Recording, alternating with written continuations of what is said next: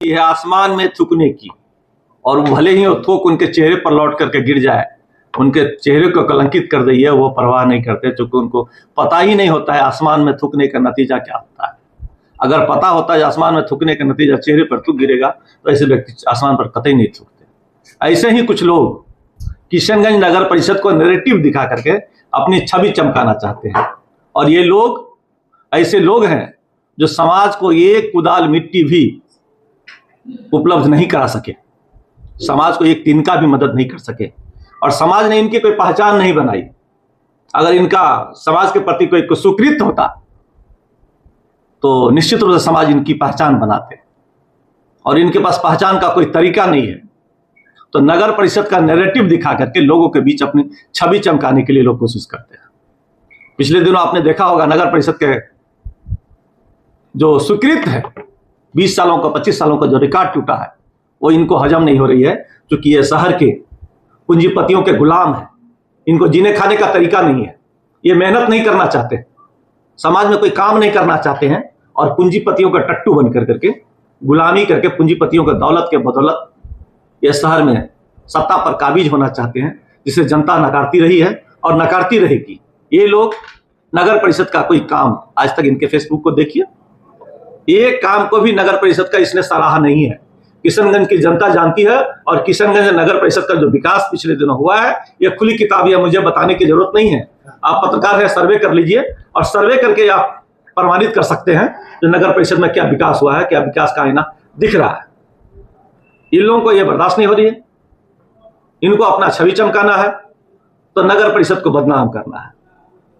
आपने देखा होगा सोशल मीडिया पर सरकार के खिलाफ ये भ्रामक प्रचार दे रहे हैं, ये प्रचार कर रहे हैं जो एक्साइज चेक पोस्ट पर नगर परिषद का कोई सफेद पोस्ट शराब के नशे में पकड़ा गया। इनको पता होना चाहिए जो सरकार का जो नाका है, एक्साइज का जो चेक पोस्ट है, वो नियमतः काम करती है, और चाहे राष्ट्रपति हो या इस देश का प्रधानमंत्री हो, बिहार के सीमा से शराब पी करके गुजरेगा तो उनकी जांच होनी चाहिए।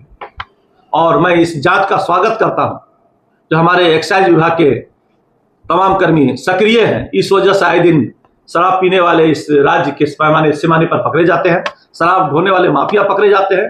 अभी धन्यवाद देना चाहते हैं किशनगंज एसपी साहब का, जो पिछले दिनों किशनगंज स्मैक माफियाओं का, सूखे नशा के माफियाओं का कमर तोड़ी जा रही है। कल आपने देखा होगा करीबन 2 केजी 350 ग्राम स्मैक, जो बहुत ह्यूज मात्रा में है, किशनगंज पुलिस अधीक्षक के नेतृत्व में पकड़ा गया। तो इस इलाके को उड़ता पंजाब बनने से बचाने के लिए प्रशासन कमर कसे हुए है, लेकिन कुछ लोग प्रशासन का मनोबल कमजोर करना चाहते हैं, इस सरकार को बदनाम करना चाहते हैं, लोगों को गुमराह करके लोगों को उत्तेजित करना चाहते हैं, और विधि व्यवस्था उत्पन्न करना चाहते हैं।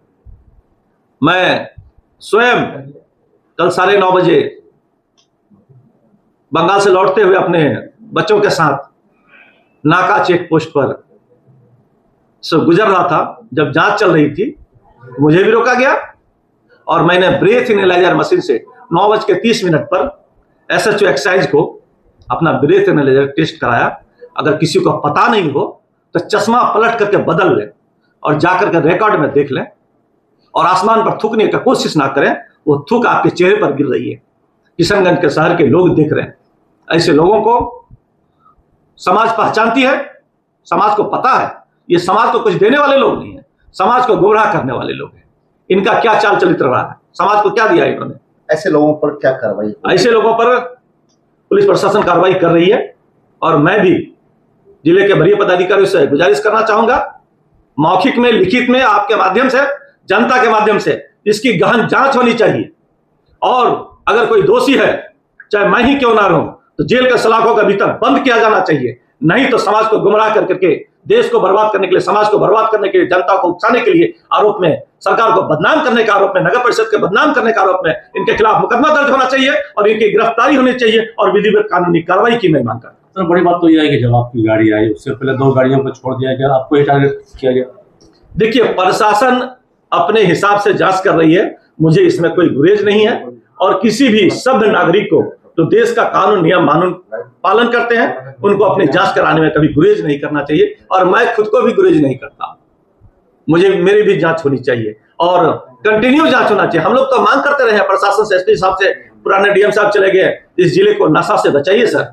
और इस पर एसपी साहब बहुत गंभीरता से इस मामले को ले रहे हैं। हम लोग तो पुलिसिंग सीख रहे हैं नए एसपी साहब के नेतृत्व में। इस जिला का जो पुलिसिंग काम हो रहा है, हम तो धन्यवाद देना चाहेंगे जिले के तमाम पुलिस पदाधिकारियों को, एसपी साहब को। एक नया पुलिसिंग हम लोग इस जिले के लोगों को, आप भी देख रहे हैं, आपके माध्यम से भी ये समाचार आ रही है।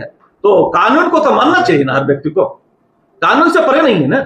लेकिन सोशल मीडिया पर बयानबाजी, भ्रामक बयान, सरकार के विरुद्ध बयान, सरकार को अस्थिर करने की कोशिश, जनता को गुमराह करने की कोशिश, युवा को दिग्भ्रमित करने की कोशिश और झूठी पोस्ट करके उसको सोशल मीडिया पर प्रसारित करने की गुजारिश, ये तो गुनाह नहीं तो क्या है?